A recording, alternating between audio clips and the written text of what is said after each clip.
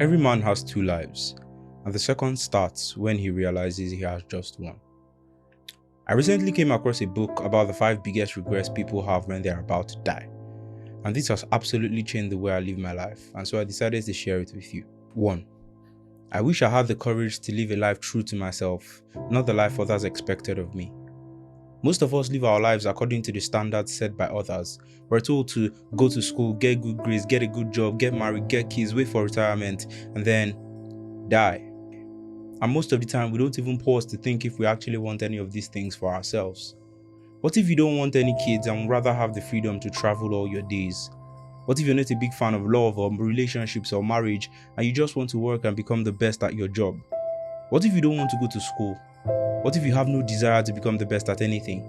What if you would rather spend your time exploring the world while you still have strength in your bones rather than waiting for a future with a reality untold? What if you quit your job right now and chose to explore your passions instead? What if you left that religion, that culture, that long-standing tradition? After all, tradition is just peer pressure from dead people. What if you had the courage to live a life true to yourself?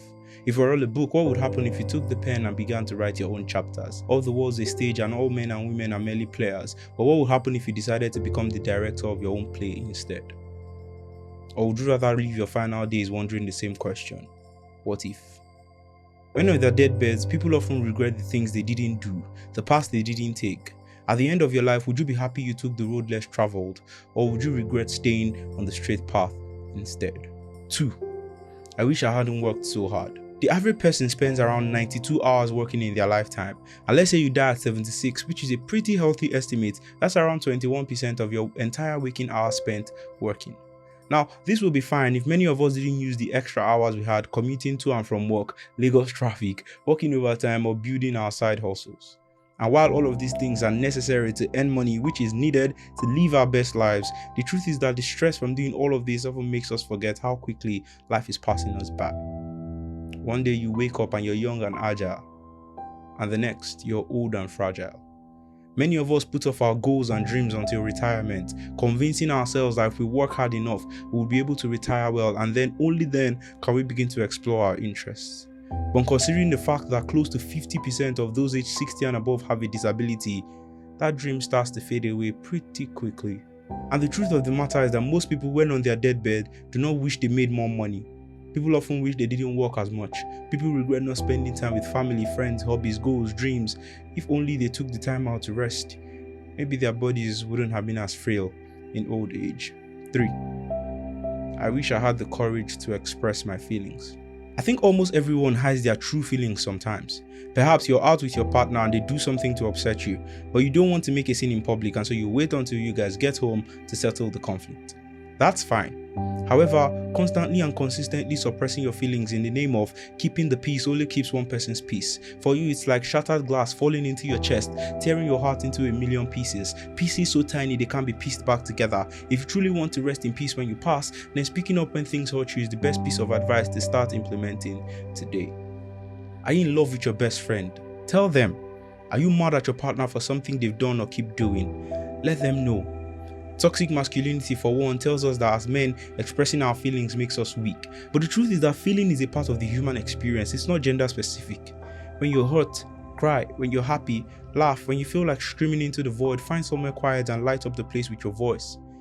To everything there is a season and a time to every purpose under heaven. A time to weep and a time to laugh. A time to mourn and a time to dance. Wear your heart on your sleeve like a badge of honor for the things you've been through. Have the courage to express your feelings, else they turn to baggage that you have to carry on your way through to the other side. 4. I wish I stayed in touch with friends. I have 4 best friends. We've been friends since we were children, and I hope we're friends till the day we die. Because one of the things people regret the most when on their deathbed is the emptiness of their rooms, the quietness that clearly screams an absence of laughter, of joy, of the camaraderie of friendship, of the satisfaction of knowing that there are people who care for you not because they have to, but simply because they want to. As we get older and busier, it's easy for us to replace friends with colleagues, play dates with networking events, to get so caught up in our lives and the pursuit for success that we forget the pursuit of happiness. The Harvard study of adult development is the longest study of happiness that has ever been conducted. And according to the results from 724 men, both rich and poor, in a 75-year period, this study revealed that people who are more socially connected to family, friends, and a community live healthier, happier, and longer lives. It's so sad that our generation now considers loneliness a personality trait. We're taught to live without any iota of responsibility for our relationships. But the reality is that the reason many people don't die with good friends by their side is because they didn't put in the work to maintain it while they were alive. Good relationships take a lot of vulnerability, a lot of effort, a lot of emotional trust falls. It requires you to put your ego aside and apologize when you're wrong, to be there for your friends when they need you, to show up time and again, so that when your time is up, they'll be there cheering you on. 5. I wish I had let myself be happier. Nigeria is one of the most polarizing countries in the world. I remember reading this tweet: a work in Nigeria will actually make Nigerians become a menace to the world. And she was right. Even with the dilapidated state of our country, Nigerians still know how to catch cruise. Just go on Twitter NG and there is no social issue that won't immediately be followed by funny memes and witty remarks, the kind that will give you full bellies of laughter. It's not because we don't have struggles, it's because we choose to be happy. We look at everything going on around us and instead of sulking, we create our own happiness even in those dire situations. Most people do not realize until it's too late that happiness is a choice. That you can choose to abandon the underwhelming in search of the exciting. That you can walk away from things that leave you feeling drained and unhappy and replace them with things that bring you joy. Now, I'm not saying that you'll be happy every time or you should even try to be. What I suggest instead is to look at life as half full rather than half empty. Mourn for a while, but afterward let yourself be happy. Don't stay in that marriage any longer because you feel you've already given too much of your life to live. Because the truth is you still have enough of your life to live and you deserve to be happy for the remainder of your days. The most comforting thing about death is that it will happen to us all.